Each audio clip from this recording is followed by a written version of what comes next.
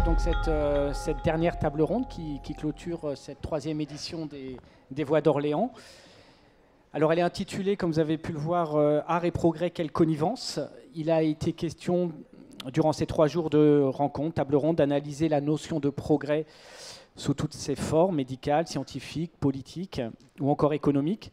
Ce soir, pour clore cette édition 2018, nous allons interroger, c'est un sujet complexe et particulièrement intéressant, le rapport que peuvent entretenir l'art et le progrès, à condition qu'il puisse en exister un, tant le progrès et l'art semblent appartenir à des sphères différentes, étrangères l'une à l'autre, et qui ne s'entrecroisent donc pas nécessairement, ou du moins pas de manière évidente.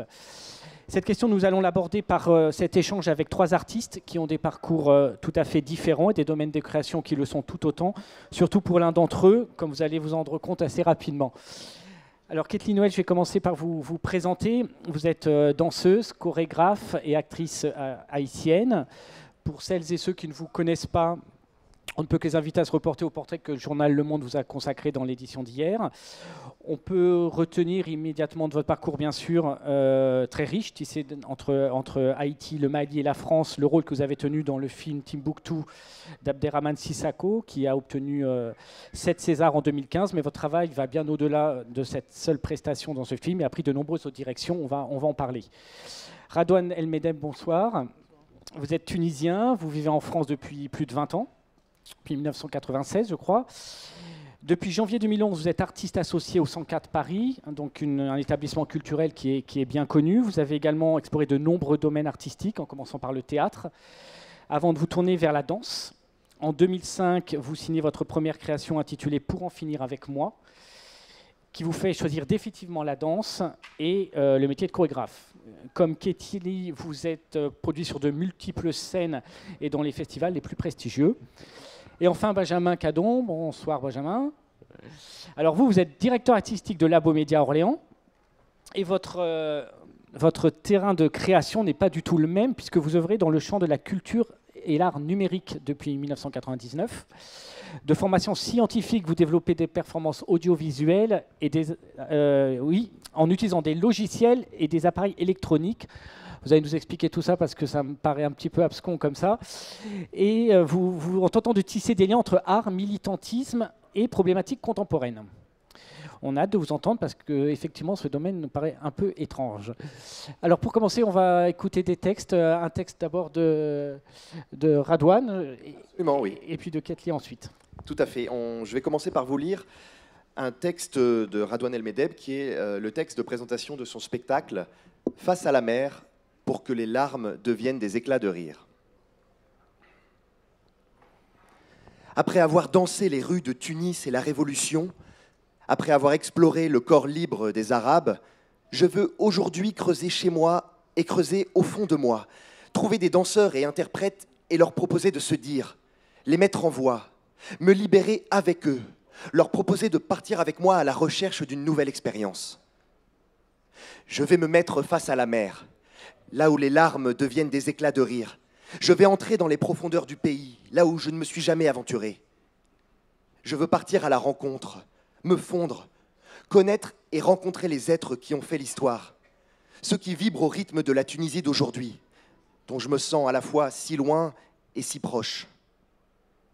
Cela me fait penser à Wim Wenders, qui filme Berlin après la réunification, une ville qu'il a quittée depuis longtemps et réalise Les ailes du désir. Je vais tenter de saisir à nouveau ce qui m'entoure et chercher une manière d'agir, de prendre ma place, aujourd'hui que je suis français, alors que je suis toujours tunisien. Peut-on éclairer, nous, artistes, de notre lucidité, de notre art, les chemins sombres du futur ?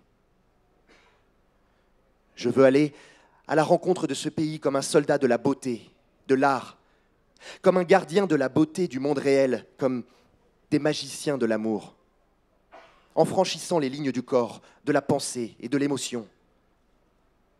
J'imagine comme point de départ de cette recherche des monologues violents, des moments d'appréhension commune de la tourmente actuelle. Une dramaturgie électrique pour dire ce que nous sommes et ce qu'est notre vie, dans une nouvelle forme, avec la langue, les langues, celle de mon enfance, celle que j'aime et celle que j'ai choisie. avec les corps en mouvement, qui sont ceux qui prennent réellement la parole, dans une démarche, dans un fragment, dans une manière de prendre à bras le corps mes deux pays.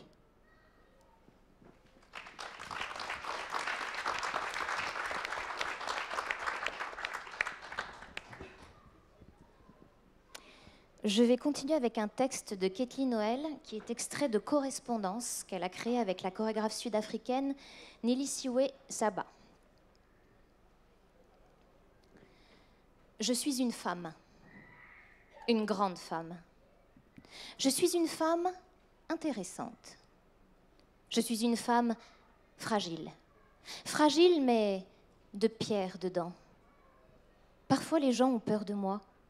Ils ont peur de m'approcher. Je suis une femme autoritaire. Je suis une femme, oui.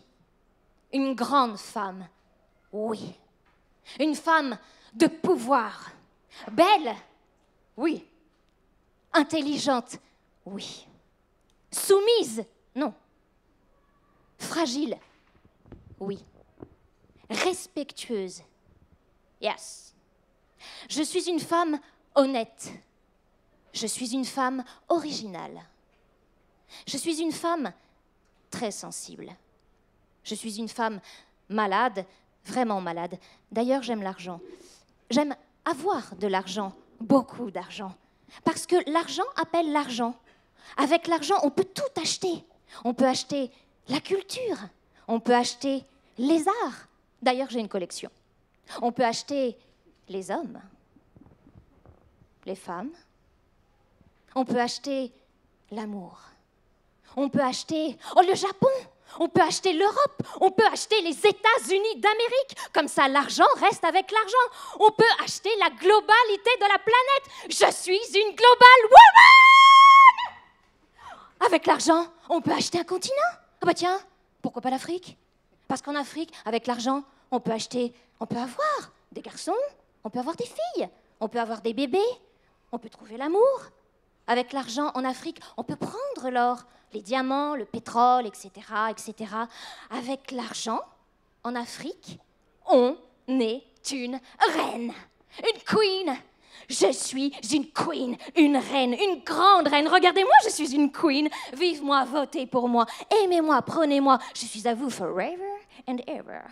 Je suis une femme sensuelle, fragile et sensuelle, sexy. Oui. Extrêmement sexy. Sexy, oui. Sensuel, sexy. Sexy et sensuel.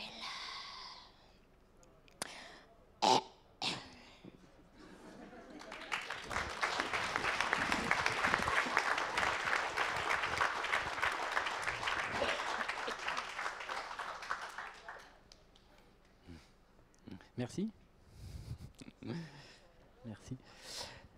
Alors on a pu le voir ces 2 derniers jours, le terme de progrès renvoie d'emblée à des avancées techniques, technologiques. Quand on utilise des logiciels, des appareils comme vous, Benjamin, on peut comprendre l'interaction entre le progrès et l'art, puisque ce que vous faites aujourd'hui, j'imagine que vous ne pouviez pas le faire peut-être il y a ne serait-ce que 10 ans. En revanche, pour Ketli et pour Radouane, qui faites de votre corps votre unique outil de travail, on peut se demander si la notion de progrès a un sens. Radouane, on a échangé longuement ce matin sur cette question, et quand on a évoqué votre travail, vous m'avez dit que le progrès se manifeste pour vous et chez vous dans votre capacité à améliorer votre technique du corps, à amener votre corps à toujours mieux témoigner de la complexité du monde. Il faut amener cet outil à raconter le monde, vous m'avez dit. Est-ce que c'est comme ça que vous intégrez la notion de progrès? Nous devons progresser dans notre travail. C'est un travail que nous faisons au quotidien. Il est nécessaire. Chaque jour est un jour où ce que nous proposons doit progresser. Une journée de répétition aujourd'hui ne ressemble pas à celle de la veille, et elle n'est pas censée ressembler à celle du lendemain. Il y a cette notion d'évolution, de progression, de transgression qui est nécessaire à notre travail. Après, moi, dans mon travail, je mets au centre de ce que je fais mon corps, et j'essaye de transmettre des choses très simple aux danseurs, de moi, d'eux, et à partir de ces notions qui racontent l'être humain, qui racontent mon histoire, la leur également, la nôtre, j'essaye de trouver le mouvement qui serait à l'écoute de cette chose qui va évoluer, progresser de jour en jour jusqu'à... une première représentation n'est qu'un déclenchement aussi d'une autre étape de progression. Je pars de l'être humain, je raconte l'être humain dans la société, ici, aujourd'hui et maintenant. C'est mon souci de mon travail de chorégraphe. J'essaye d'être le poète du corps avec mon corps, j'essaye de me raconter, de raconter les artistes interprètes que j'ai choisis pour essayer de raconter le monde dans lequel nous vivons. Il y a une implication, et je revendique cela, et c'est ça, pour moi, le progrès de ce langage chorégraphique, comment ce langage pourrait s'approprier le monde d'aujourd'hui, les histoires du monde, le chaos. En témoigner aussi. Absolument, mais c'est ça. Je danse, nous dansons le ici, le maintenant, à partir de moyens, évidemment, il y a toute cette progression, la chorégraphie, quelle forme, quelle technique, quels moyens, ça c'est une cuisine assez simple pour nous, mais comment cette danse va se nourrir de ce que nous sommes, de ce que je suis, de ce que sont les interprètes et de ce qu'on a choisi ou j'ai choisi de danser. Donc il y a une connexion avec le monde qui est dans mon travail nécessaire. Et c'est ça, pour moi, le progrès que je revendique dans la danse que j'essaye de faire. Et Ketli, vous êtes vous avez la même manière de travailler, si j'ose dire, un peu que Radouane. Vous avez, comme lui, pas du tout recours à des effets techniques, technologiques. C'est votre corps qui est votre unique outil de travail. Et est-ce que cet outil, il progresse, il évolue? Est-ce qu'il y a des ressources que vous trouvez aujourd'hui que vous n'avez pas trouvées hier? Mon travail personnel? Oui. J'aimerais beaucoup utiliser la technologie dans mon travail, mais je ne sais revenir. pas comment faire. Non, mais Benjamin, il va vous donner des conseils. Ça, le problème. Je suis beaucoup plus à l'aise avec mon corps et mes émotions qu'avec la vidéo et les nouvelles technologies. Je ne sais pas comment les manipuler. Alors, si on veut parler d'évolution, Radouane a tout dit. On évolue, on progresse dans ce qu'on cherche. Et à chaque fois, on cherche à trouver la meilleure façon et la façon la plus directe, se débarrasser de tout superflu, de tous accessoires. De toute technique ou technologie? Mais je ne dirais pas de toute technologie. Je ne suis pas contre la technologie.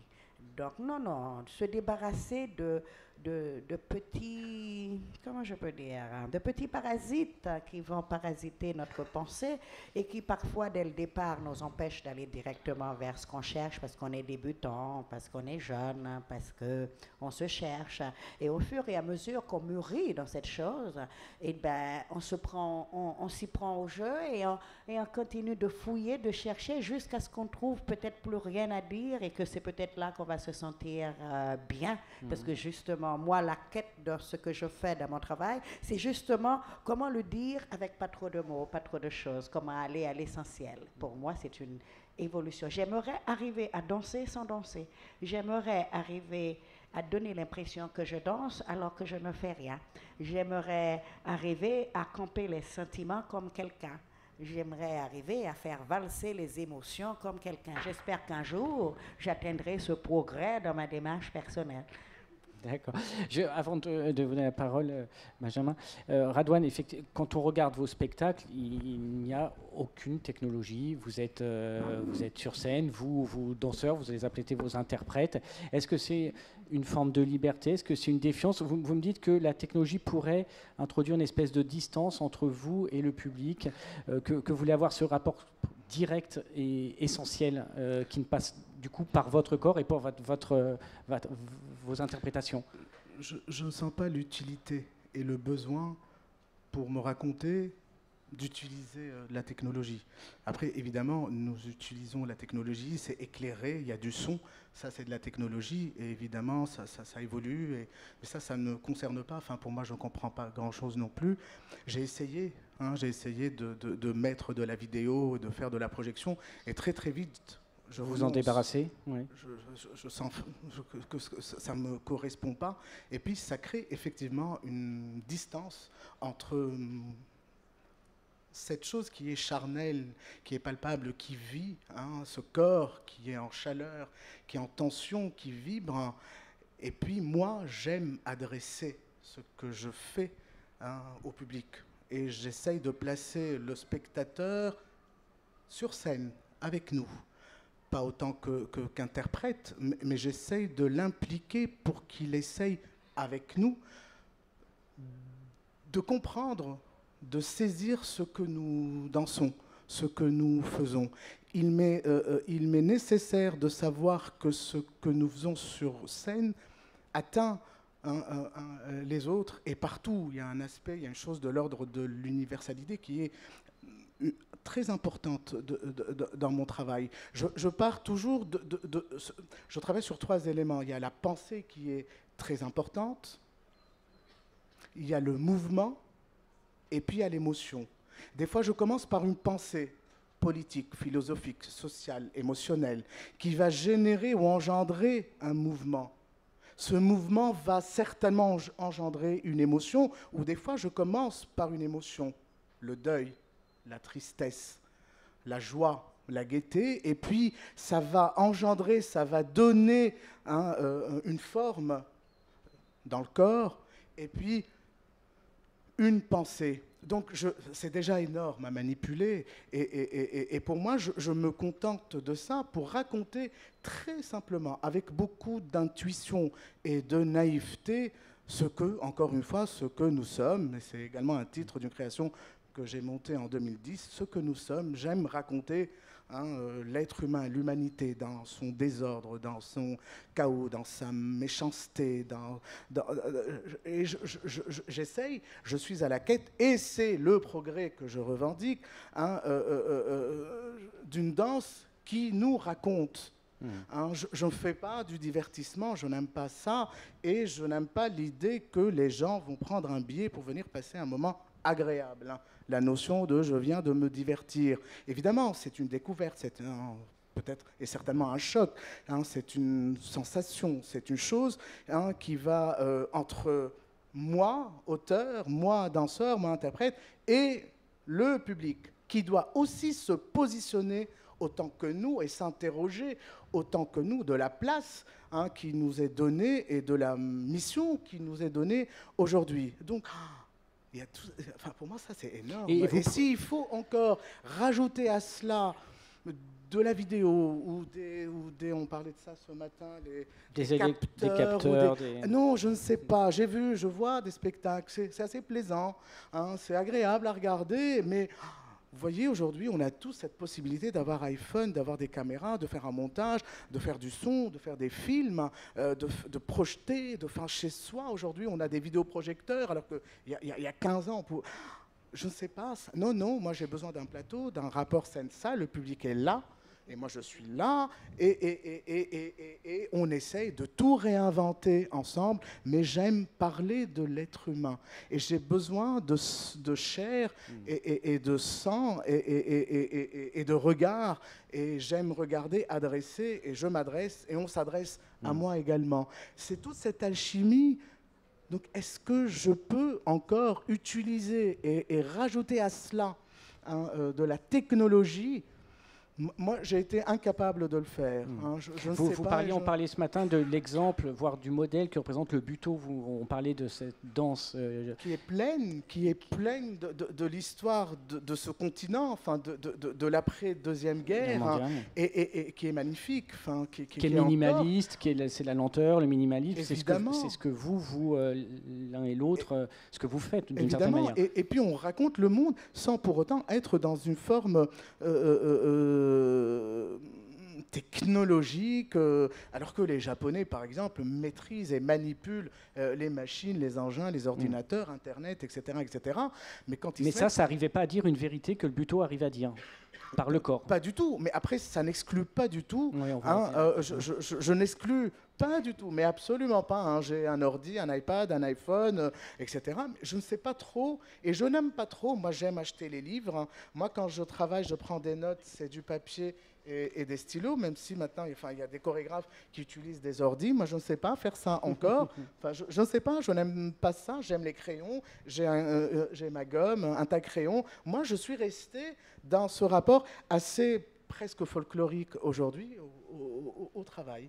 C'est le regard, c'est l'émotion, c'est la sensibilité. C'est mon travail et c'est mes outils à moi. Voilà. Benjamin, est-ce que le numérique exclut cette sincérité? Vous qui êtes donc dans les machines, comment vous vivez votre rapport, vous, au numérique, votre dépendance peut-être au numérique?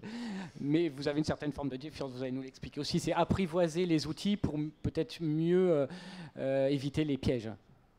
Oui, et arriver aussi sur ces terrains du sensible, effectivement, puisque c'est un petit peu ambivalent. Moi, je me vis relativement bien mon rapport avec les technologies. Ça a l'air. Même si c'est aussi un petit peu à la fois un poison, un remède et des fois un bouc émissaire. Enfin, c'est ce qu'un philosophe qui s'appelle Bernard Stiegler appelle un pharmacon. Et donc on est toujours un petit peu dans cette ambivalence. Alors côté poison, je pense qu'on est tous bien servis au quotidien quand ce qui nous sert d'extension de cerveau, à savoir un téléphone portable, se met à dysfonctionner au moment où on a le plus besoin. On s'aperçoit qu'on est finalement assez dépendant de ces technologies, qu'elles sont bien pratiques, mais qu'elles sont aussi complètement envahissantes et défaillantes. C'est aussi le cas quand on essaye de réserver un moyen de transport ferroviaire sur un site web que je ne mentionnerai pas. Et que le site web se met lui aussi à défaillir. Et donc, c'est une relation assez complexe avec ces technologies. Vous expliquez-nous ce que vous faites d'un point de vue culturel et artistique avec ces technologies. Est-ce que ça peut paraître un petit peu étrange ou étranger, en tous les cas, aux personnes qui nous écoutent? Oui, alors globalement, dans mon travail au quotidien, c'est d'aider les gens à faire des choses avec ces technologies. C'est d'amener technologie, si je puis dire.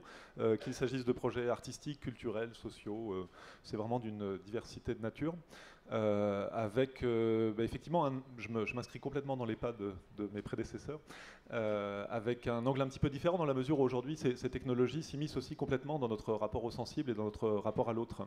Je vais juste citer un gros mot qui est d'Antoinette Rouvroy, une chercheuse belge que j'aime bien, qui parle de gouvernementalité algorithmique, dans le sens où aujourd'hui, en fait, ce qui fait société, ce qui fait vivre ensemble et les repères dont on dispose, se transforme quasiment en temps réel. Et donc on est dans cette espèce de course aussi au rapport avec ces valeurs. Et en même temps, ça conditionne aussi complètement notre espace où on peut produire de la subjectivation. Voilà, je vais arrêter de dire des gros mots après. Mais complètement, ça transforme vraiment aussi notre rapport au sensible, au groupe, à l'autre, et comment on se construit d'un point de vue émotif, culturel au sens large. Du coup, ça m'intéresse aussi, c'est un endroit qui m'intéresse. Et donc, à travers les activités qu'on peut mener, on essaye de questionner sous différentes facettes, en fait, cette transformation de notre rapport au monde, qui est maintenant de plus en plus entremisée par des technologies. Alors, qui sont à la fois un bienfait et aussi des fois nous embêtent particulièrement. Et dans le registre des bienfaits, quand même, il faut dire un certain nombre de choses, notamment l'accès à la culture et l'accès à ces possibilités d'expression, ces boîtes à outils artistiques qui étaient avant réservées à quelques artistes qui pouvaient trouver des relations avec des entreprises ou des labos de recherche. Aujourd'hui, la facilité d'accès à ces outils et à ces programmes en fait, est beaucoup plus grande, donc ça permet à un plus grand nombre aussi de gens de s'exprimer. Une petite statistique, c'est que chaque minute en 2016, il y avait 400 heures de vidéos qui étaient déposées sur YouTube. C'est vous dire un petit peu le volume de production qu'on peut estampiller culturel au sens large, qui est facilité par ces technologies aujourd'hui. Donc c'est toujours dans cette régime opportunité, contrainte, problématique. Et c'est aussi la question de l'accès au savoir, l'accès à différentes formes de culture, qui est quand même grandement facilité par ce réseau informatique qui est Internet. Et qui est là aussi à double facette, puisque je ne vous dirai pas trop de méchanceté de ces questions aussi de la préservation de l'intimité numérique, de nos libertés individuelles, et aussi la production de subjectivité qui est particulièrement problématique dans un régime où finalement les plus grands éditorialistes aujourd'hui, ce sont deux entreprises américaines, à savoir Facebook et Google, qui vont complètement en fait conditionner ce qui va nous être donné à voir, à lire. et à comprendre. Donc ça, c'est des problématiques qui, moi, m'intéressent et qui nous intéressent dans l'association dans laquelle je travaille, et qu'on essaie de traduire sous des formes aussi pour voilà, amener très modestement des questionnements de société sur ces évolutions de notre, encore une fois, de notre rapport à l'autre et de notre rapport au reste des êtres vivants de cette planète. Et vous avez travaillé, donc vous me disiez, avec des chorégraphes, donc on en a 2 là sous la main. Et est-ce que vous arriviez à les convaincre, puisque Radouane, si j'ai bien compris, qui était aussi vivent ces technologies plus comme un appauvrissement qu'un enrichissement. Enfin, pour eux, c'est quelque chose qui pourrait dénaturer leur travail. Vous, quel type de travail vous avez mené avec des chorégraphes et de quelle manière vous avez enrichi leur travail? Oui, je peux peut-être parler d'un exemple, d'autant plus qu'il a été perpétré par un Orléanais qui s'appelle Mohamed El Khatib, un chorégraphe qui habite à Orléans, et qui a souhaité mettre une femme de ménage en scène, en fait, qui n'était jamais trop rentrée dans un théâtre, pour questionner en fait le rapport du corps au travail, parce que vous savez que les femmes de ménage sont finalement des danseuses du quotidien, mais qu'elles utilisent leur corps voilà, et l'usent particulièrement. Et du coup, l'idée, ça a été de finalement mettre en jeu cette femme de ménage qui est une vraie femme, Corinne Dada, une vraie femme de ménage, avec une danseuse qui, elle, était beaucoup plus jeune, contorsionniste, et qui utilisait aussi son corps, finalement, pour s'exprimer comme outil de travail. Et on les a mises en regard d'une autolaveuse, vous savez, ces grosses machines qui permettent de laver le sol, qu'on a robotisé pour faire un 3e personnage, qui, là, était complètement robotique, même s'il était discrètement piloté par des humains en régie, pour faire, finalement, une 3e danseuse et questionner ce rapport entre voilà, la jeunesse d'un corps, la pénibilité qu'a pu subir Corinne à travers son activité de ménage, et puis le fait que peut-être demain elle sera remplacée par des robots qui seront éventuellement plus efficaces que ce qu'elle peut faire au quotidien. Donc voilà, c'était l'émanation d'un objet technologique dans ce spectacle qui n'était pas du tout central, mais qui amenait une autre dimension et un autre propos sur quelque chose qui, je crois, finissait par être complètement sensible. Qu'est-ce que ça ça vous fait réagir de quelle manière, Radouane ou Ketli? Est-ce que c'est des univers qui vous sont totalement étranger pour le moment que... Non, moi j'aurais gardé la serpillière et le seau. Et, enfin, moi dans mon travail, j'aime les choses simples pour essayer d'être au plus proche. Hein, non, pas de machine encore. Hein, ça viendra peut-être, hein, mais non, je pense qu'on est en manque de choses simples. Hein. Peut-être aussi dans le spectacle vivant aujourd'hui, des choses pour atteindre un peu cette jeunesse aujourd'hui qui est paumé, qui se cherche, qui essaye de trouver des repères. Moi, j'essaye de guider cela avec des choses rudimentaires, hein, qui parlent d'humanité, de simplicité, avec beaucoup de naïveté. Hein. C'est terrible parce que moi, j'interviens pas mal dans le milieu scolaire amateur et il m'est impossible ou difficile aujourd'hui de demander à des jeunes de se toucher, de travailler sur des exercices de contact ou d'aller au sol. Ils sont complètement figés. Hein. Les jeunes aujourd'hui, ils ont pris cette habitude de se renfermer devant leur écran de téléphone ou d'ordinateur ou d'iPad. Ils sont plus dans l'organique. Hein. Ils ont peur de se regarder, de se toucher, d'aller au sol, de travailler sur ce qui était chez nous des choses quand on était jeune, des choses complètement évidentes. Donc j'aime les choses simples. Et vous voulez rester dans l'organique, vous m'avez dit, je suis dans l'organique. Qui sont aujourd'hui, je pense, nécessaires. Hier, j'ai beaucoup entendu parler à la fin de chaque intervention de manque d'amour et d'altérité. Et ça, j'ai gardé ça, hein, ça résonne encore. Oui, je pense qu'on est en manque d'amour et on a envie d'aller vers l'autre, on a besoin d'aller vers l'autre pour le connaître mieux et pour faire face contre des dangers. Hein. Les dangers, c'est cette solitude, c'est la peur de l'autre et c'est l'indifférence. Et puis c'est aussi l'obscurantisme. Donc je préfère rester, hein, encore une fois, sur ça. Voilà, hein, sur des choses simples, palpables, hein, et que d'utiliser... voilà, Radouane, je voudrais dire un petit quelque chose aussi. Donc, je pense que les nouvelles technologies, comme on en parle, est un outil que je vois en Afrique, par exemple. Moi-même, je ne l'utilise pas. Je ne sais pas comment l'utiliser, je ne sais pas comment trouver de l'émotion. Je ne suis pas très forte là-dedans. Mais je vois pour les jeunes, pour certains jeunes, je viens d'arriver de Port-au-Prince et j'ai rencontré plein de jeunes qui utilisent la vidéo et les nouvelles technologies pour s'exprimer. Je pense que c'est un élément, c'est un truc d'aujourd'hui qui est aussi, qui qui permet de s'exprimer ou de dire des choses, surtout ceux qui sont très très très loin.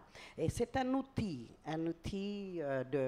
pour parler de soi, un outil pour donner à voir. Je ne suis pas complètement contre les techniques, je ne suis pas contre du tout. Je trouve que c'est un outil aujourd'hui qui permet à certains jeunes qui sont très très reculés dans le monde, qui n'avaient pas accès dont leur voix n'avait pas de force ou n'avait pas de portée. Aujourd'hui, il y a pas mal de jeunes qui utilisent la vidéo et les nouvelles technologies pour s'exprimer.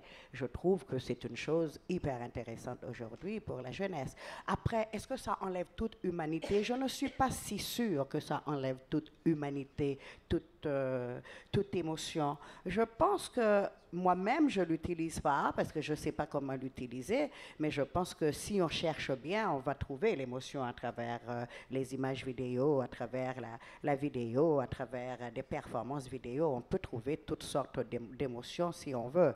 Je pense que c'est un outil hyper important. C'est un médium hyper important pour communiquer aujourd'hui par rapport à la jeunesse. Je ne dirais pas que je m'y trouve pas ou je m'y retrouve pas. Je ne dirais pas que je suis complètement fermée aux nouvelles technologies, mais je pense que c'est un outil hyper important aujourd'hui qu'il faut savoir utiliser. Il y en a d'autres qui l'utilisent de façon très mécanique, très technique et qui ne font pas passer des émotions. Il y a d'autres qui l'utilisent de façon très intéressante. J'ai une amie, Nelly Siwezaba, qui utilise beaucoup de vidéos dans ses spectacles.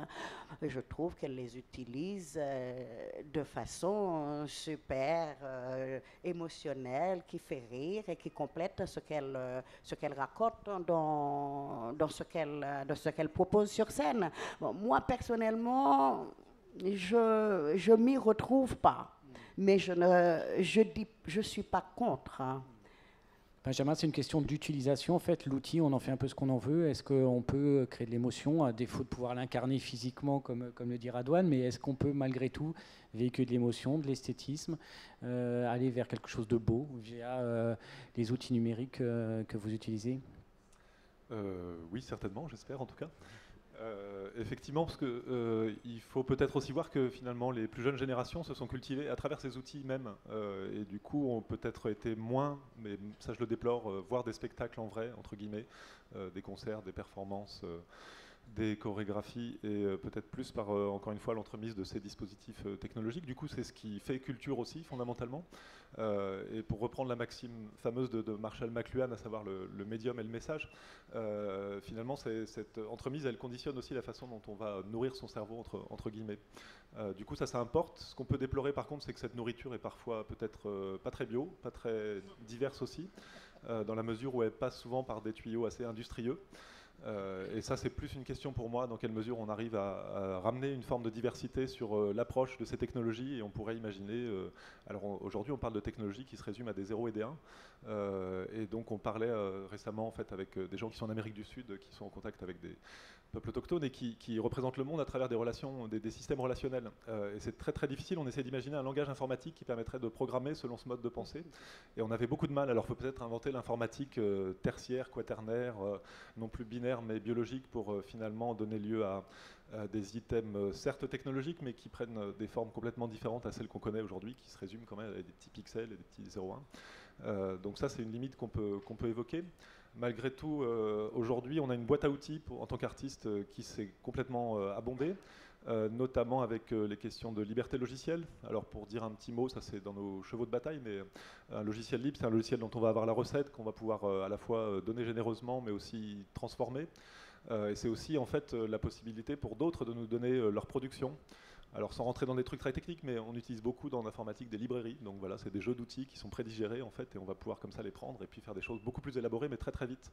Et donc ça, c'est comme si en fait cette accumulation technologique, ça mettait tous les artistes sur des épaules d'un géant d'entrée de jeu, et ça permettait une sorte de, je vais employer des gros mots, mais de catalyse du génie humain qui est absolument formidable.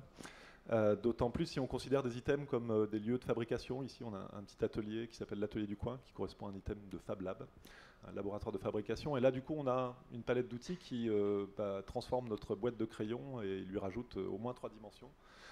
Donc ça démultiplie à la fois ces possibilités de création et d'expression. Mais encore une fois, il ne faut pas que cet outillage effectivement occulte le sensible, et donc il faut complètement réussir à se le réapproprier, à le questionner, et aussi à finalement avoir des cadres éducatifs. Moi j'aime bien ce vieux thème qui est un peu désuet, qui est l'éducation populaire, mais de faire en sorte qu'on ait des temps en fait, de partage avec les gens pour que finalement ces outils ne nous asservissent pas, mais plutôt nous émancipent et nous rendent heureux. On pensait aussi à une autre notion du progrès, Kathleen et Radouane, on en a parlé, vous êtes très ancrés dans vos pays, en Tunisie, à Haïti, vous travaillez au Mali aussi. Est-ce que le progrès ne vous éloigne pas ou n'éloigne pas le public auquel vous vous adressez des traditions dans lesquelles vous puisez l'un et l'autre une source d'inspiration importante ? Est-ce que ça n'éloigne pas le public? Le progrès ne vous éloigne pas des traditions dans lesquelles vous puisez beaucoup de choses. Progrès et tradition sont pour vous pas antinomiques. Le travail, ça dépend. Moi, je ne pense pas que ça éloigne de ces traditions. Ça dépend de comment tu t'y prends pour parler des choses. Peut-être au début, la façon dont tu t'y prends pour parler de tes traditions va être différente au fur et à mesure que tu vas progresser dans ta propre démarche, dans tes propres explorations. Donc, est-ce que ça va éloigner le public de ce que nous voulons dire? Il y a une distance entre vous et lui? Je ne pense pas. Je ne me suis jamais posé la question parce que j'ai toujours reçu beaucoup de chaleur quand je danse sur scène et que je propose quelque chose. Je ne pense pas que le fait de se dépasser, d'aller plus loin dans sa propre démarche va éloigner le public. Au contraire, je ne sais pas ce que tu en penses, mais je pense que c'est pour son plus grand bien, puisqu'on l'emmène et on le fait valser, on le fait voyager. Donc plus on maîtrise, plus on progresse, plus il devrait se sentir mieux, je pense. Plus il devrait recevoir mieux ce qu'on lui donne. Je ne sais pas ce que tu en penses. Nous manipulons, je dirais, c'est le corps en mouvement. Le corps d'aujourd'hui, le corps ici et maintenant est une chose qui est dans un progrès, pour parler de la Tunisie, on se libère de plus en plus, les corps sont de plus en plus libres et libérés malgré une menace qui est là, sous-jacente, elle est palpable, on la sent à Tunis. Mais on essaye de faire face. On fait face avec cette liberté. Nous assumons plus que jamais ce qui s'est produit, cette envie d'aller encore plus loin de cet événement. Donc, les corps émancipés aujourd'hui sont des corps à qui on peut tout faire et tout donner. Il y a une envie, une telle réception, une ouverture des corps en Tunisie. Ça bouge beaucoup. Il y a une volonté de modernité, de mouvement, de rythme, et c'est une chose assez fabuleuse. Donc tout est possible aujourd'hui, pour parler de la Tunisie, surtout après la Révolution, sachant qu'il y a une vraie menace au quotidien de gens qui sont contre cette modernité, contre ces corps, contre cette liberté. Donc du coup, pour un chorégraphe, aller travailler là-bas, c'est une chose assez superbe parce que les corps sont en mouvement, sont en chaleur. Du coup, tout est possible. Et c'est pour ça, encore une fois, que moi, par exemple, pour entrer travailler, et j'ai fait la dernière création que j'ai faite à Avignon l'année dernière avec des Tunisiens, je n'ai pas eu le temps d'imaginer que je pouvais intégrer quoi que ce soit extérieur, parce que les corps étaient vivants, les corps étaient en mouvement et ils avaient une telle envie de s'exprimer, de dire que c'est un puissant fond. Il se passait beaucoup de choses. Et surtout, évidemment, depuis 2011. 2011, vous disiez que vous n'avez pas pu assister au Printemps Arabe. Vous étiez à Paris, vous étiez pas en Tunisie, et pour autant, vous en témoignez dans votre travail aujourd'hui, dans votre création. Absolument. Pour revenir un peu au fait, est-ce que la technicité éloigne le public, c'est ça? Des traditions. Des traditions, voilà. Est-ce que ça nous éloigne des traditions? Des traditions vaudou, par exemple, vous avez travaillé sur ce thème-là. Est-ce que le progrès éloigne pas le public Le progrès n'a rien à voir avec les traditions. L'un n'empêche pas l'autre. Et puis ça dépend. Moi, je pense que tout artiste, tout chercheur, tout créateur, il va toujours chercher comment dépasser ce qu'il a l'habitude de dire. Comment arriver à le dire avec une chose essentielle. Donc forcément, on s'éloigne.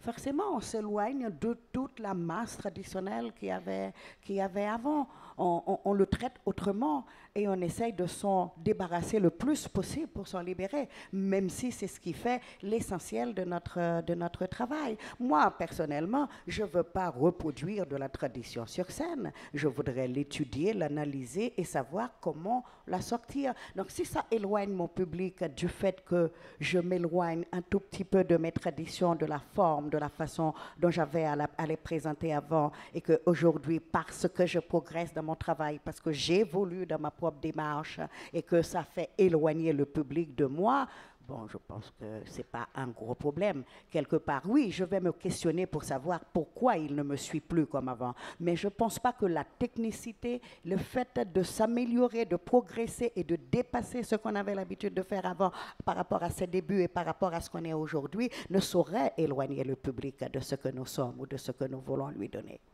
Alors, je vais peut-être tenter de faire un lien en partageant une anecdote. J'étais à Tunis la semaine dernière, dans un institut de musicologie qui enseigne la musique traditionnelle tunisienne, qui se délite un petit peu parce qu'il y a malheureusement de moins en moins de praticiens et qui sont parfois vieillissants. Et le projet qui était organisé par des amis consistait à essayer de remettre dans un espace public, dans cet institut en l'occurrence, des éléments de musique traditionnelle avec des système technologique.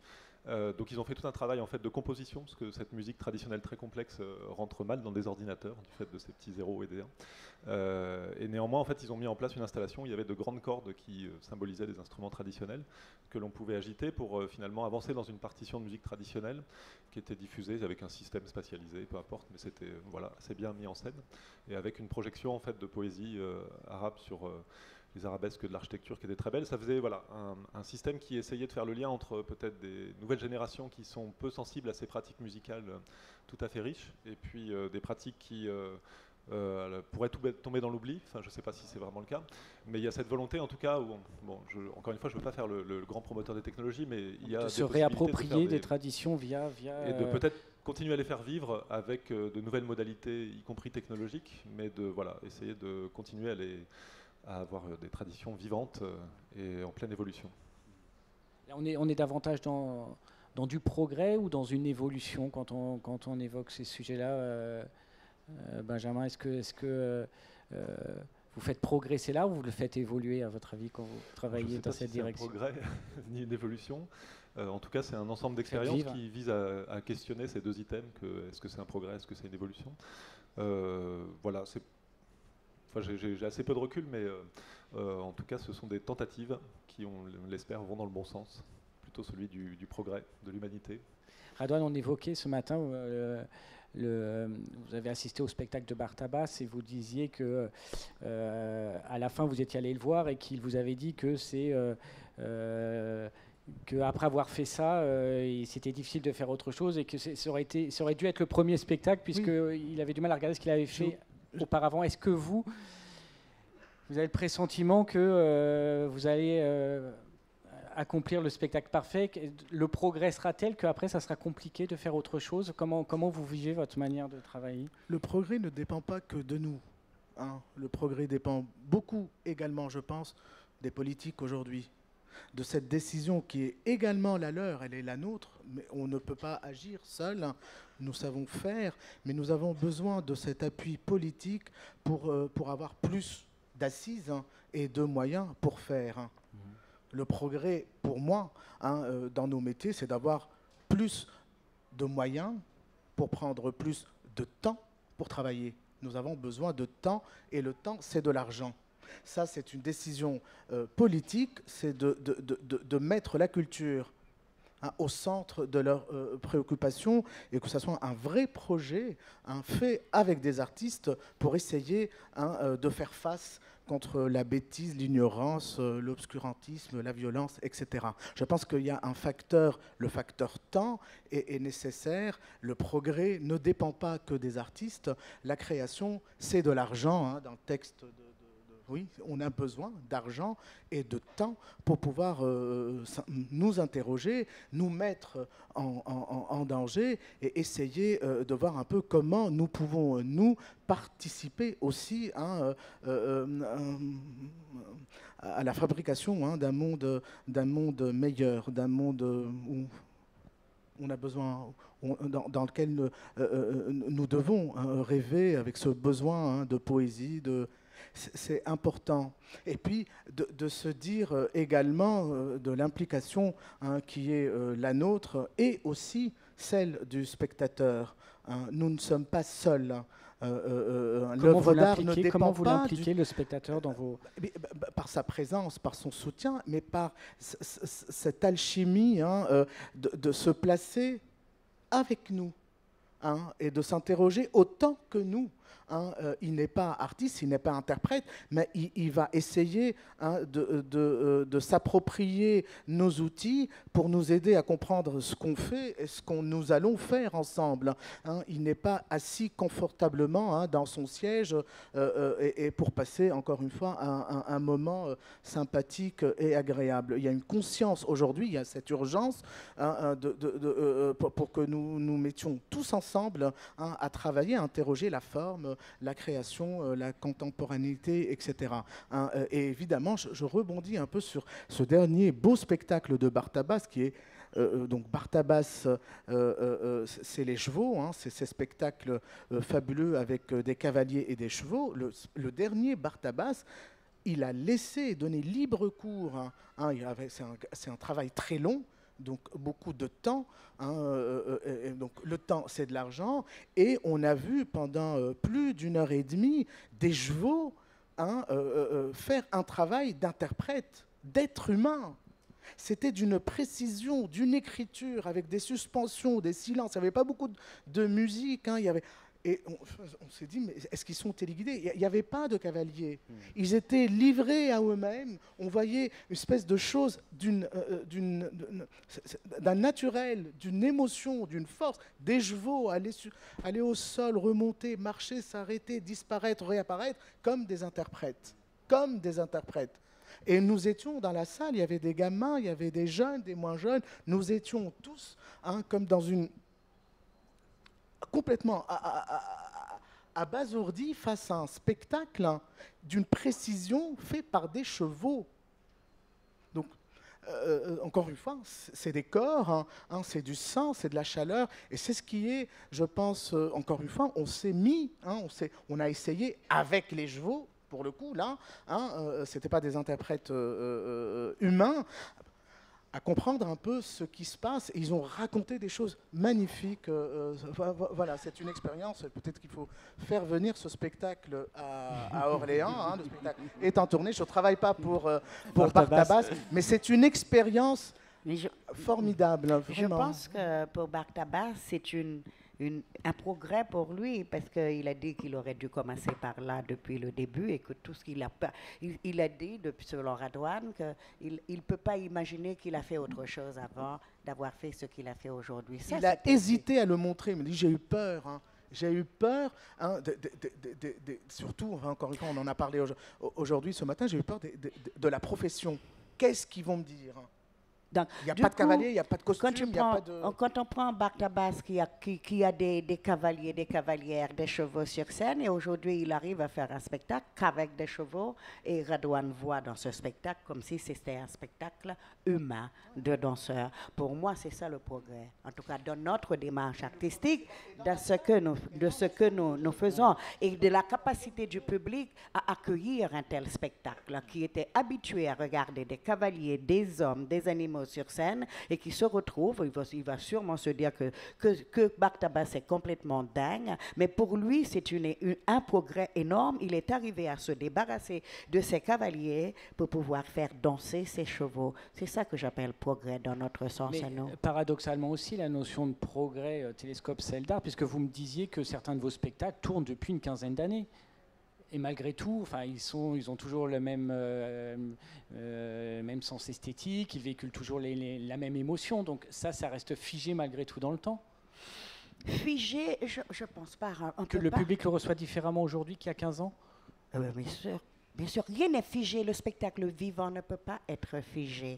Il est en constante évolution. Il ne peut pas. Le progrès est en nous, et dans le corps, et dans nos corps. Hein. Ça, c'est une notion très importante. Le progrès est en nous. Je n'ai pas besoin d'une machine pour vous dire que j'appartiens à la société d'aujourd'hui et je progresse et je sais faire des choses nouvelles hein, qui progressent de jour en jour. Le progrès est en moi. Mais le progrès aussi est dans ta capacité à regarder des choses d'avant et à trouver quelque chose de nouveau là-dedans aujourd'hui. Ça aussi, c'est le progrès. L'évolution du regard de l'autre. Ce qu'il avant, il y a 20 ans, c'était très compliqué d'inviter des Africains en Occident si ce n'était pas une plateforme, si ce n'était pas un spécial Afrique.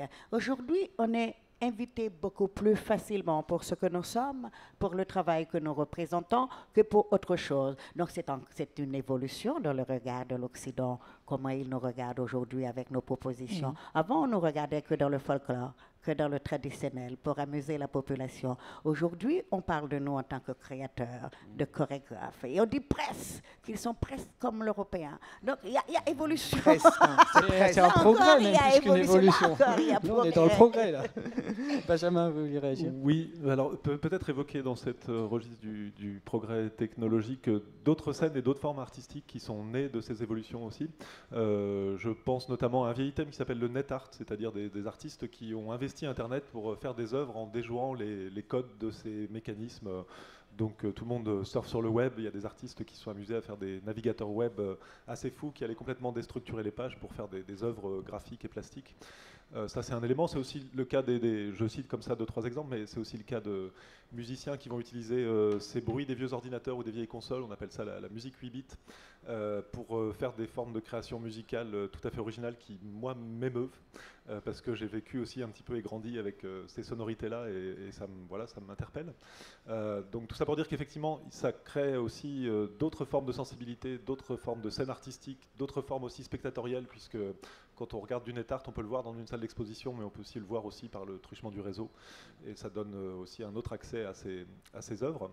Et puis c'est aussi d'autres modalités de création, peut-être partager en une minute un projet qu'on accueille en ce moment qui s'appelle Wikifemia, d'un collectif qui s'appelle Robert Larousse, qui a développé des robots qui traduisent les textes de la langue française au féminin. Et donc récemment, elles ont envoyé une lettre à l'Académie française pour proposer à cette académie honorable leurs règles syntaxiques et grammaticales, parce qu'elles ont édicté des règles grammaticales pour transformer tout texte. Donc le logiciel transforme de lui-même le texte. Oui, alors elle corrige. Il passe à la moulinette et après à la main. Et là, elles sont intéressées plus particulièrement à Wikipédia, qui est alors à la fois une fabuleuse encyclopédie dans le domaine participative, libre. Ça a tout un versant de la connaissance humaine dans le domaine public, c'est super. Il y a un certain nombre de biais aussi dans Wikipédia, et notamment sur la question du genre, où souvent dans les biographies de femmes, c'est souvent plutôt la femme d'eux que la femme en tant que telle, comme créatrice ou comme activistes ou peu importe. Du coup, elles ont choisi un certain nombre de femmes, Madeleine Pelletier en l'occurrence, et elles ont comme ça tissé l'arborescence des relations à travers Wikipédia de cette féministe activiste qui a été défendu la cause des femmes de façon assez brillante, ce qui donne lieu à finalement un spectacle qui est lu par une comédienne, elle aussi orléanaise. Les deux artistes qui ont initié ce collectif sont plutôt parisiennes et de Strasbourg, mais et voilà, donc ça donne une forme spectaculaire qui, je crois, est aussi assez sensible, parce que finalement c'est un témoignage du parcours de ces femmes qui ont réussi à faire évoluer ces causes avec opiniâtreté et efficacité. D'accord. Voilà, mais là c'est aussi cet outil qui finalement revient dans un espace scénique et qui donne lieu à partage de sensibilité, je crois. D'accord. Radwan, est-ce que vous pouvez nous dire un mot, c'était intéressant ce matin, discussion sur la manière dont, c'est vrai que vous avez une certaine défiance par rapport à la technique, mais même par rapport à des techniques corporelles, j'allais dire, quand vous recrutez pas des danseurs, vous recrutez des interprètes. Ce qui compte pour vous, c'est pas la beauté des corps, c'est la manière dont ils peuvent vivre les textes, vivre vos spectacles et les transmettre au public. Oui, oui, c'est ce que je dis dès le départ, c'est que oui, je ne dis pas danseurs, ou quand je les rencontre, ils sont danseurs, et puis j'essaye de me dire que c'est des interprètes. Pour moi, un interprète est un danseur plein. Il est plein de beaucoup de choses, plein de lui-même, hein, plein de cette conscience que nous devons tous avoir, hein, cette ouverture au monde, hein, plein C'est une conscience politique, citoyenne, hein, c'est une appartenance. J'aime les gens qui sont là, les artistes qui sont là parce qu'ils portent un message. Il y a certainement, évidemment, une fêlure quelque part. Il y a une douleur, il y a une blessure, mais il y a une volonté de partager ça et de partager d'autres blessures, de raconter d'autres histoires et d'adresser ça au public. C'est ce qu'on danse dans ce que je fais. La technique, on a tous une technique. La technique, avec du travail, hein, il faut travailler et puis on avance. La technique n'est pas un souci. Le souci, c'est le fond. C'est de quoi on parle aujourd'hui. Quelle est notre urgence? La forme, on progresse de jour en jour. Je peux décider de travailler sur des formes néoclassiques ou d'autres formes plus contemporaines ou complètement abstraites. Mais je m'en fous du corps, je m'en fous de la technique. J'ai besoin de savoir qu'un danseur est ce citoyen qui est ouvert au monde, qui sait ce qui se passe ailleurs et qui n'est pas là avec un rapport très nombriliste, hein, à son corps, à sa formation, à sa beauté. Hein. Mon travail, c'est pas cette beauté-là. Hein. La poésie, elle transgresse et elle est complètement, pour moi, elle est ailleurs. C'est un rapport au monde, hein, qui est... C'est un engagement. Est-ce que vous considérez l'un et l'autre comme des artistes engagés? Artiste engagé, qu'est-ce que ça veut dire? Non. C'est-à-dire que vous défendez des causes. Il y a un spectacle. On doit défendre le spectacle. Moi, je défends mes spectacles. Mais dans un spectacle, vous dénonciez l'indifférence générale face au... Je dénonce pas, je danse. Hein, je défends le propos, je me défends parce que je danse sur scène. Hein. Donc je me défends avec le rôle que je dois interpréter, je me défends avec l'histoire que je dois raconter, avec ma mémoire, parce que je perds la mémoire souvent, j'oublie les pas, les mouvements là-dedans. Des fois j'oublie, j'ai un trou dans la tête et je ne sais plus pendant quelques secondes, je ne sais plus quoi faire. Donc j'ai tellement de choses à défendre et pour ne pas avoir à défendre encore autre chose. Mais n'empêche que les propos dont je parle peuvent avoir un air engagé. Hein? Mais Ils sont reçus comme ça, oui. Oui, mais je me considère pas comme un artiste engagé. Radouane? Nous le sommes quelque part, mais sans le savoir et puis sans le vouloir.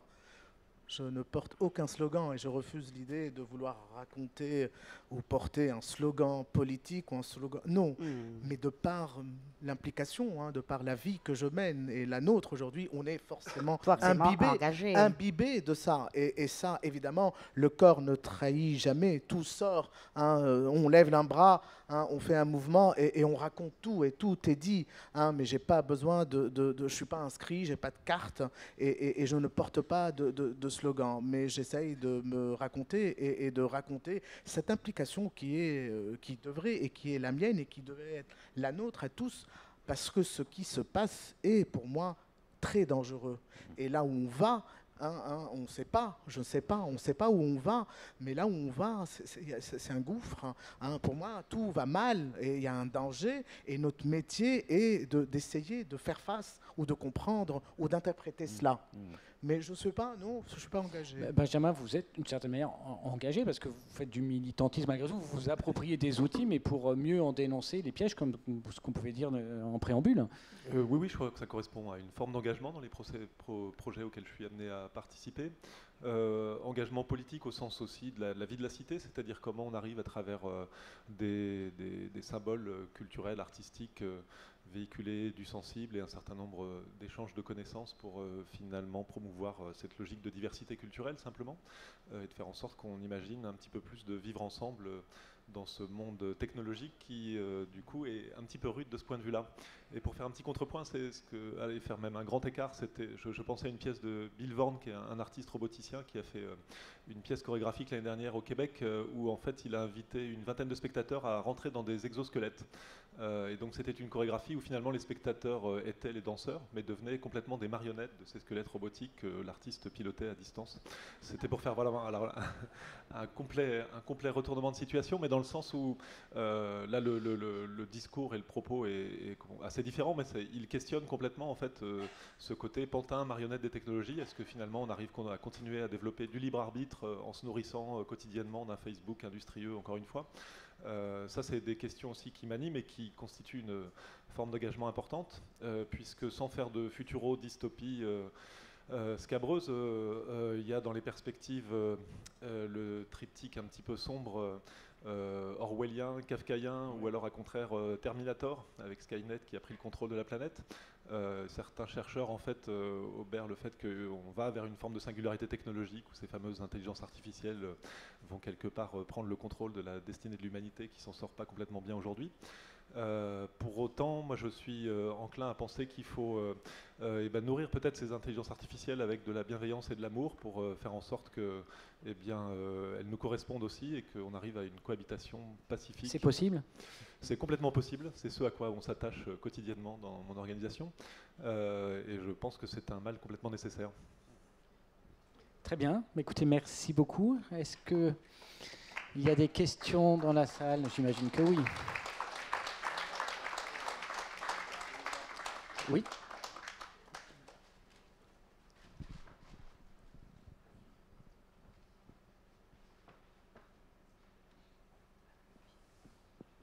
Merci, j'avais une question pour tous les deux en fait. Est-ce que finalement pour vous, le progrès, ça n'est pas toucher du doigt la vérité de votre création? Parce que quand on vous entend, effectivement, on sent que vous recherchez une finalité de proximité avec le public, de toucher l'essence de votre art. Et est-ce que finalement, c'est pas ça le progrès pour vous? Est-ce que finalement, c'est pas ça le progrès pour nous?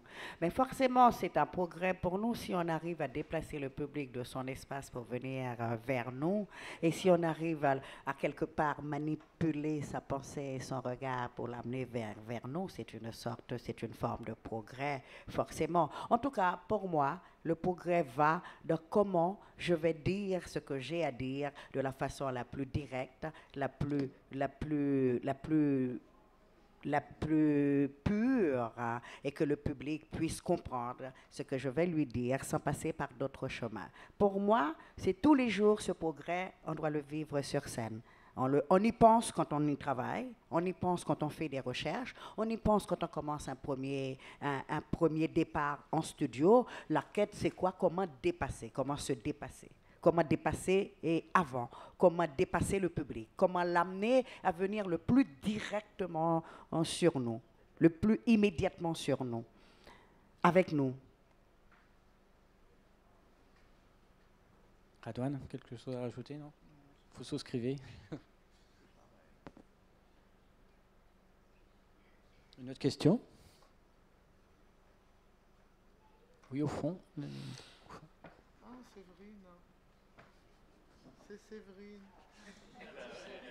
C'est Séverine, manifestement. Bonjour Séverine. C'est la nouvelle directrice du Centre dramatique d'Orléans. C'est une grande amie à moi que j'aime beaucoup. Et elle est pianiste, et puis elle est chanteuse, et puis elle met de la vidéo.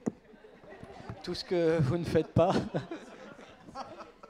Non, merci d'avoir parlé aussi bien du travail de l'artiste et de nos préoccupations de développement personnel.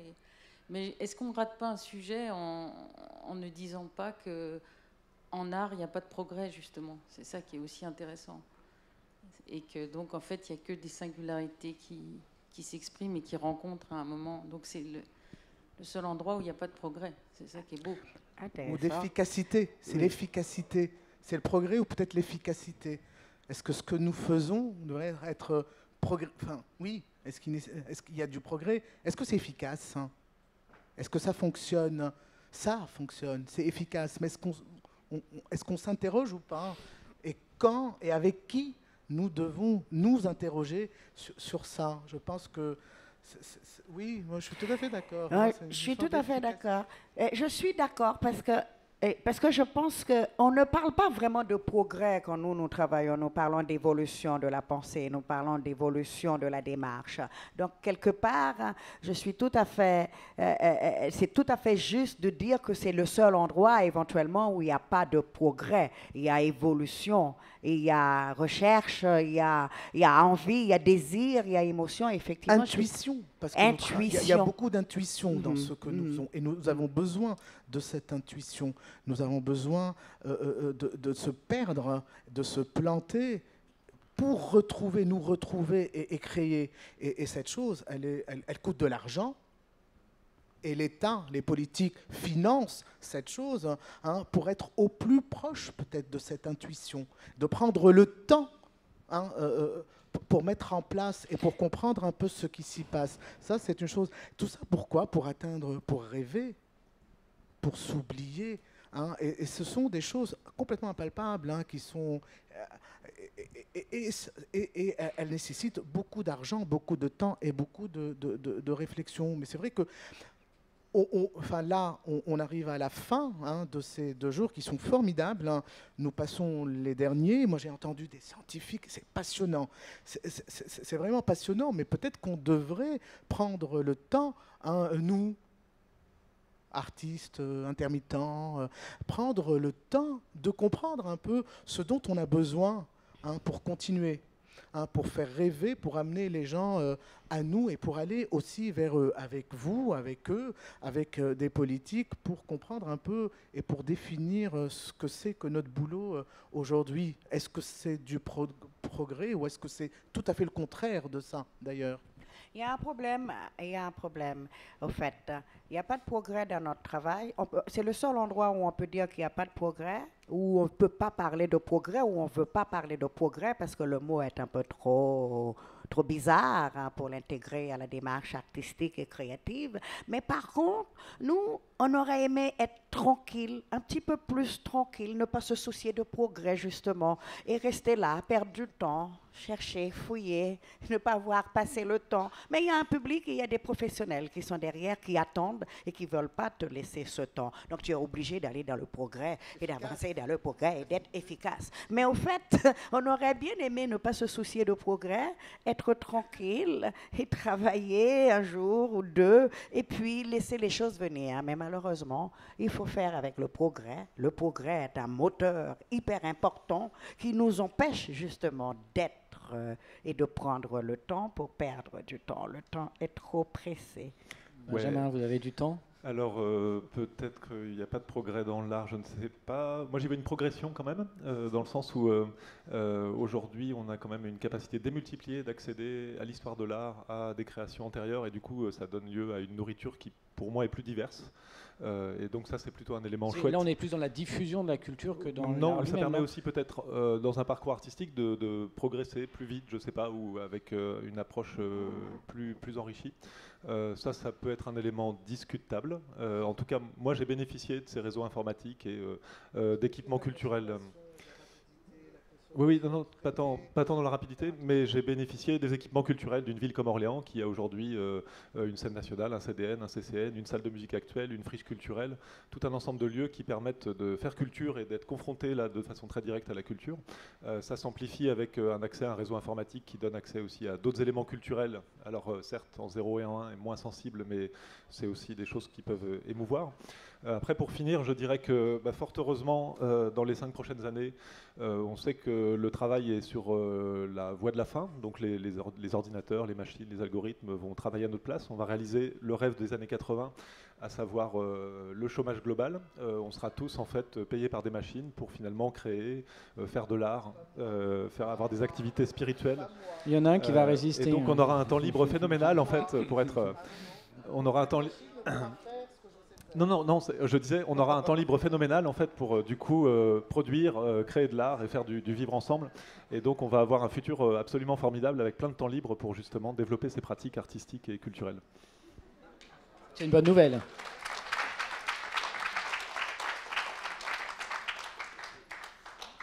Est-ce qu'il y a une dernière question? Non? Bon, je vais céder la parole au maire d'Orléans, président de la métropole, Olivier Carré. Merci. Merci parce que ce thème-là, qui était le dernier et qui concluait un petit peu ces 2 fantastiques journées que l'on a pu vivre, bah, il pose bien l'ambiguïté qu'il y a à travers le terme de progrès. Axel Kahn, hier, nous a dit qu'il y avait en gros 2 façons de l'écrire. Avec un P, il y a déjà un S déjà. Donc il y a le progrès avec un petit p. Et là, c'est souvent, en fait, ce que Rousseau appelait la perfectibilité. C'est-à-dire que c'est l'adjonction permanente d'amélioration des technologies, d'amélioration justement de tout ce qui nous permet d'avoir un mieux-être, voilà, en termes techniques. Et puis avec ce que j'avais rappelé précédemment, les logiques qui font qu'au début, du fait de l'échange, il y a une diffusion de ces petits progrès à travers tous les biens auxquels on accède, biens matériels, biens immatériels, la santé, ça a été rappelé par Axel Kahn aussi, et tous ces éléments-là font que on a assimilé le progrès, et cette fois avec un grand P, vous vous souvenez, et à cette somme, cette accumulation de petits progrès. Et puis quand j'écoutais nos amis tout à l'heure, je me disais qu'effectivement, c'était, d'ailleurs Axel Kahn l'avait soulevé, la dimension artistique est sans doute, de par l'expression même, de par la façon dont chaque artiste se conduit, un domaine dans lequel il ne peut pas y avoir de progrès. Mais le progrès avec un grand P, lui, il vient du fait que ce que vous pouvez créer, par les éléments de diffusion qui ont été rappelés, par la possibilité aussi, malgré des vicissitudes, et Dieu sait que dans les voies d'Orléans, on dénonce les écarts qui peuvent exister entre les nations sur ce point-là, mais globalement, il y a beaucoup plus de création aujourd'hui sur la planète, beaucoup plus de liberté de création que ce qui n'a jamais été. Et ça, malgré tous ceux qui sont opprimés, il faut quand même souligner que globalement, tout avance, et vous en avez été tous les deux de magnifiques exemples. Et donc le fait que de plus en plus de vos congénères qui ont envie de se produire dans une discipline, par le biais d'une discipline donnée, peut le faire, ça fait avancer l'ensemble de l'humanité. Et ça fait le progrès. Et donc aujourd'hui, la question qui a été posée, c'est justement de voir, puisque la question initiale, c'est comment le progrès peut-il être utile à l'homme. Moi, des conférences que j'ai pu écouter, et je sais que là, les derniers fidèles de la dernière conférence, ce sont ceux qui ont été les plus assidus. Il y a 2 mots qui me paraissent importants. La notion de liberté. Le fait que le progrès s'assimile au fait que l'on recule des contraintes. Et ces contraintes-là, elles sont évidemment dans le domaine technologique, physiologique, à travers tout ce qui est biochimie, toutes ces questions. Et le fait qu'on lève un certain nombre de contraintes, on en rencontre d'autres, de nouvelles, c'est ce qui a fait l'objet de beaucoup de débats, par exemple sur les questions des algorithmes, le fait que parfois ils sont marchandisés, alors qu'au départ les mathématiciens sont très épurés. Mon collègue sénateur évoquait le fait qu'il voyait une assimilation entre la poésie et la mathématique. Alors je ne sais pas si c'était pour se rassurer en tant qu'amoureux des poètes, mais il était aussi amoureux des mathématiciens, ce côté éthéré, mais qui est rattrapé par les mathématiciens qui nous disaient qu'ils étaient obligés de travailler aussi pour la finance, pour des tas de domaines qui étaient très mercantiles, qui n'avaient pas les mêmes finalités que ceux qu'ils avaient imaginés au départ, mais qui finalement se retrouvaient. Donc il y a ce progrès qui parfois est contesté, et c'est là les limites. Mais à partir du moment où il libère des contraintes, quelque part, quelle que soit son origine, il fait avancer, il fait progresser l'ensemble de l'humanité. Et l'ensemble de l'humanité combat ces contraintes en permanence. L'homme craint sa finitude, il est constamment harcelé par Thanos. Mais le progrès, justement, pousse l'humanité vers ce quelque part qu'elle ne connaît pas, sinon le recul de sa propre finitude. Et ça crée une forme de mouvement, pas perpétuel, mais éternel vers l'avancée. Et dans bien des points, ça avance. Et donc, il faut qu'on soit vigilant, sentinelle sur ce qui peut reculer, mais tout ce qui avance, et les artistes sont de furieuses personnes qui font avancer les choses, et tout ça a du sens. Le deuxième point, c'est quand même si jamais ça fait partie des points principaux, je le cite une deuxième fois, c'est Rousseau, Et au départ, c'est la notion de partage. La notion de partage, c'est qu'un certain nombre de points de conférences qui ont donné une forme de label sur le fait que tel ou tel domaine scientifique marquait de véritables progrès, eh bien, c'est des domaines dans lesquels il est partagé. Et cette notion de partage, par la connaissance, par l'apprentissage des connaissances, par le fait que de plus en plus de personnes peuvent se saisir d'un certain nombre de choses, et là, la technologie aide, c'est ce qui a été très bien souligné tout à l'heure, ce point-là de partage fait que si elle est partagée, une avancée technologique, une avancée sociétale, une avancée artistique ou autre, est quelque chose qui fait progresser l'ensemble de l'humanité au sens plein du terme. Ça fait progresser les consciences, ça fait progresser l'émancipation, ça fait admettre le libre arbitre comme étant l'existence que chaque individu peut avoir de choisir. Et donc, à ce moment-là, c'est l'ensemble de l'humanité qui avance. Et donc, ces deux points-là, à mon sens, liberté et partage, sont deux des conditions qui reviennent dans beaucoup des conférences qui ont eu lieu, comme étant ou les points d'achoppement, ou au contraire, les points de confirmation de l'utilité du progrès, et cette fois du progrès technologique, pour que l'ensemble du progrès dans lequel vous êtes tous impliqués peut se faire. Le dernier point, c'est qu'il fallait trouver un nouveau thème pour l'année prochaine. Hein? Et donc, en écoutant les uns, les autres, dans ces domaines-là, et je vous promets que c'est vrai, Sophie Ferkatadji, vraiment que je salue parce qu'elle est la cheville ouvrière, et je vous demande de l'applaudir. Si, faut pas qu'elle fasse non. C'est une réalité, Sophie. C'est une complicité qu'on a à quelques-uns comme ça avec Nathalie sur ces voies d'Orléans. Et ils sont témoins, on n'est pas arrivé avec un sujet. Et donc, mais ils sont tellement nombreux que dans l'esprit des voix que les choses qu'on a trouvées. Et on a trouvé en écoutant. Et on a trouvé en écoutant différentes conférences, et en particulièrement une qui a eu lieu hier soir, et dans lequel un des sujets a été le sujet de l'information. Et il y a eu une phrase qu'a sortie, je crois que c'était M. Volton, qui était « L'information, ce nouveau veau d'or ». Et alors, ceux qui ont assisté à la conférence ont vu qu'il avait un ton légèrement provocateur, il aime bien ça, il aimait bien ça, mais c'était très pertinent. Et donc, ce nouveau veau d'or, on voit toute une série d'éléments qui peuvent en découler. Mais tellement d'éléments qu'il faut quand même peut-être préciser un peu les choses. Et c'est là que Nathalie, la sage, a proposé non pas de circonscrire, mais de préciser l'intitulé en disant informer à tout prix, mais avec un grand point d'interrogation. Et aujourd'hui, c'est vrai que informer à tout prix, ça recoupe des éléments qui nous sont chers en tant que défenseurs des libertés, n'est-ce pas, cher Anthony? Mais aussi des éléments qui s'insinuent à l'intérieur des systèmes binaires, comme l'ont démontré les quelques derniers scandales sur Facebook ou autres systèmes.